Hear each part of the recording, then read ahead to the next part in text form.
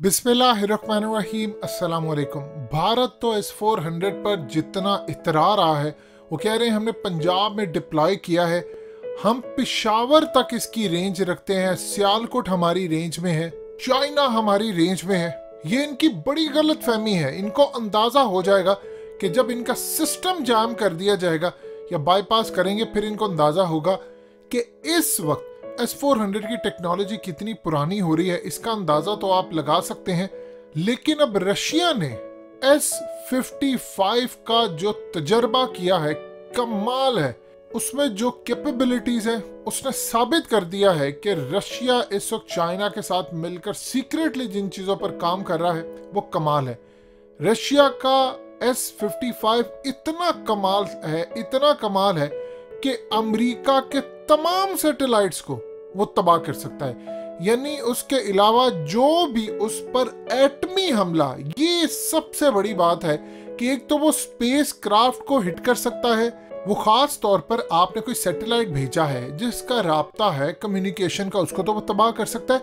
लेकिन जो ballistic missile है, इस वीडियो की अहम डिस्कशन चलती रहेगी। लेकिन इससे पहले आप वीडियो को लाइक करें, हकीकत टीवी को सब्सक्राइब कर लें और बेल आइकन पर जरूर क्लिक करें।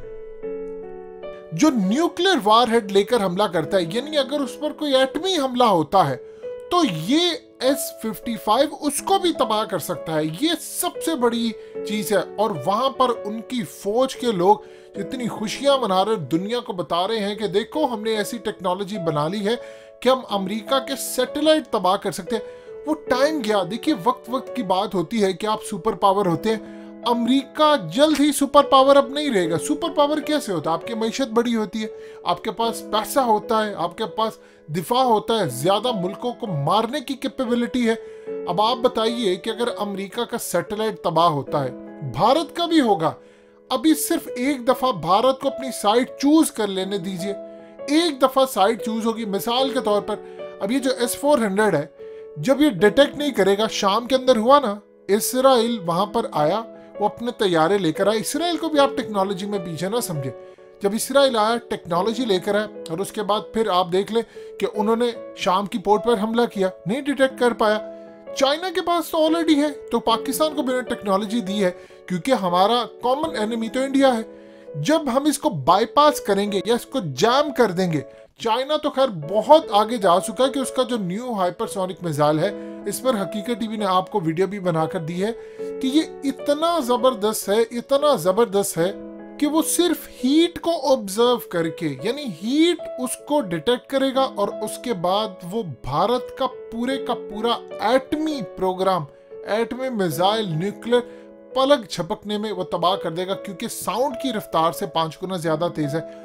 अब जब ये सूरत हाल होगी तो आप सोच रहे हैं इनकी S-400 की धज्जियां जो उड़ेंगी वो क्या होगा।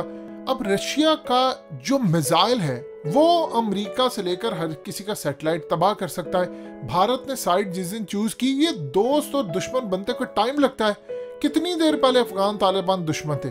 30-35 साल पहले यही सोवियत यूनियन को तोड़ा। आज देख रहे हैं रशिया के वो दोस्त बने फिरे हैं। और यही जो सोवियत यूनियन है इस्लाम के खिलाफ था, आज पुतिन को देख ले, इस्लाम का दिफा करते फिरे। तो याद रखिएगा, ये आज का दोस्त कल का दुश्मन। ये भारत दुश्मन बदलते टाइम नहीं लगेगा।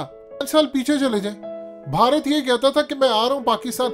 एबटाबाद ऑपरेशन के बाद क्यों उसने कहा, उसने फिल्में क्यों बनाई, फैंटम से लेकर सब कुछ। वो चाहता था कि वो पाकिस्तान पर हमला करे, उसकी ये बड़ी ख्वाहिश थी। अब इस सूरत हाल में आप जरा अंदाजा लगा लें एक लम्हे को कि जिस दिन भारत ने साइड बदली, उस दिन के बाद रशिया का मिसाइल भारतीय सैटेलाइट को भी तबाह करेगा। आप जो मर्जी कर ले, आज आप दोस्त हैं, कल आप दुश्मन बनते, आपको वक्त नहीं लगता, आपने सिर्फ साइड चूज करनी है। अब ये मिसाइल सिस्टम इसराइल का सैटेलाइट भी तबाह कर देगा और ईरान की भी मदद करेगा। रशिया, याद रखिएगा, उसकी लड़ाई होनी है इसराइल से, क्योंकि उसने किसी सूरत शाम का जो बेस है वो नहीं छोड़नी। अब इस सूरत हाल के अंदर याद रखिएगा कि रशिया एक वक्त था चाइना से टेक्नोलॉजी में आगे था, दिफा में अच्छा था, तो S-400 चाइना ने लिया। और जाहिर सी बात है चाइना ने S-55 भी लेना है। अभी चाइना ये देख रहा है कि मुझ पर पाबंदी ना लगे, वो रशिया के साथ मिलकर काम कर रहा है। दोनों का एम एक ही है कि हमने किसी भी तरह अमेरिका को टैकल करना है। और चाइना का डबल एम है कि पाकिस्तान इंडिया को टैकल करे। और ये सारी टेक्नोलॉजी आईएसएस पाकिस्तान को मिल रही। अब S-400 का तो अल्हम्दुलिल्लाह लोकल वर्जन हम अपना बना ही रहे हैं, लेकिन इसके साथ जो हम अगले लेवल पर काम कर रहे हैं वो असल में है आपके पास टेक्नोलॉजी। अब आप देख लीजिए जो इस वक्त कैपेबिलिटी अमेरिका के खिलाफ चाइना के पास है, यानी उसका जो हाइपरसोनिक है वो अमेरिका के स्टेल्थ फाइटर्स को तबाह कर देगा, उसका पूरा एटमी प्रोग्राम तबाह कर सकता है, उसके एटमी मिसाइल को नकारा बना सकता है और आवाज की रफ्तार से 5 गुना ज्यादा। और चाइनीज साइंटिस्ट ने ये बात की है कि अमेरिका भी कई साल तक बना नहीं पाएगा। तो बताइए, ऐसे ही उसके सिक्योरिटी चीफ ने थोड़ी रिजाइन कर दिया था। उन्होंने कहा था कि असल में मामला यह है कि हम 15 साल पीछे, ये तो उसने एडमिट किया था।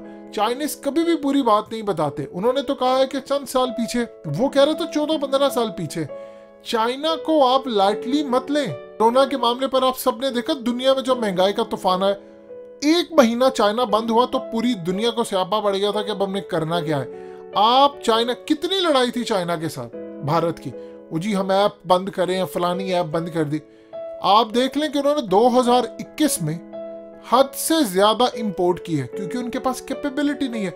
लोकल सतह पर आप तैयार नहीं कर सकते।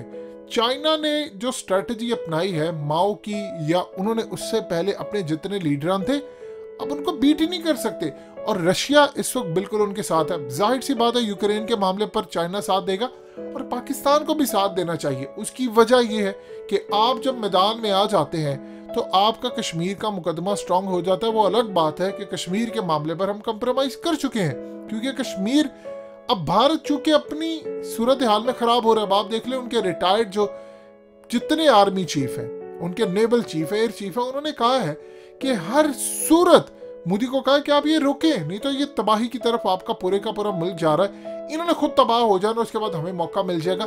लेकिन इस वक्त जो सूरत हाल है वो रशिया किसी के साथ इस वक्त कम्पीट नहीं कर रहा, वो आगे बढ़ता जा रहा है। इतनी टेक्नोलॉजी आपके पास होनी चाहिए और आपका दोस्त होना चाहिए रशिया। इमरान खान के दौर में हमारे ताल्लुकात बेहतर हुए। एक तो याद रखिएगा रीजनल जो इशू थे वो बड़े ज़बरदस्त हो गए थे पाकिस्तान के हक में।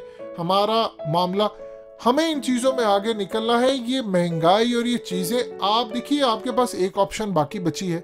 अगले कुछ अरसे में IMF ने आपको कर्जा नहीं देना, उसके बाद सऊदीया और ये वो। आप देख लें कि सऊदी अरब के जो अखबारात हैं उनके फंडेड जो हैं अरब न्यूज़, उनमें आर्टिकल छप रहे हैं और ये कहा जा रहा है कि पाकिस्तान को अपनी मईशत बेहतर करनी है, चाइना पर डिपेंडेंट नहीं करना, सऊदीया पर नहीं करना। असल में तो सऊदीया ने पाकिस्तान को सुना है, लेकिन साथ ही उन्होंने कुछ पाकिस्तानी हायर किया, उनसे वो लिखवा लेते आर्टिकल।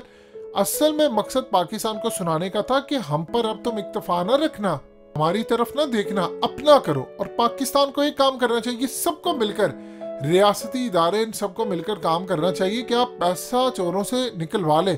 अगर नहीं निकलवा सकते तो फिर याद रखिएगा दिफा जितना मर्जी मजबूत हो, मईशत आपकी ठीक नहीं होती तो आप फिर भूल जाएं कि आप आगे जाएंगे। अब वक्त आ गया है तेजी से आगे बढ़ने का। चाइना के साथ आपकी दोस्ती अच्छी है, लेकिन चाइना भी, देखिए आपका जितना मर्जी अच्छा दोस्त हो, तो आप हर टाइम भीख मांगते रहेंगे तो आपकी इज्जत जाती है। इसीलिए आपको इनसे पैसे लेना, IMF और इन चीजों से जान छुड़ाएं, जितनी जल्दी हो सकता है रूस के कैंप पे शामिल हो।